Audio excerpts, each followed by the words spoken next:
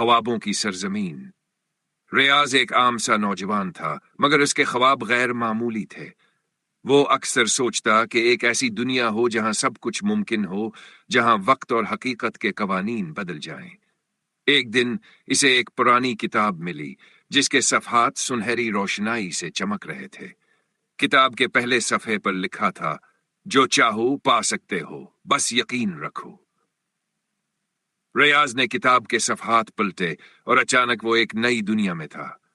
एक सरसब्ज मैदान जहां हुआ में जादू बिखरा हुआ था।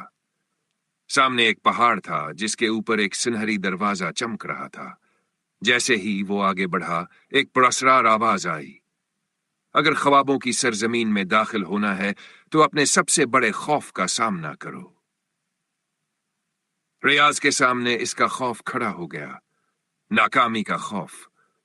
मगर उसने आंखें बंद की, दिल मजबूत किया और कदम आगे बढ़ाया।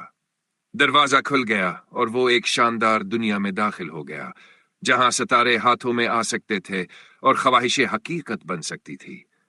ये इसका ख्वाब था और अब वो इस ख्वाब में जीता था।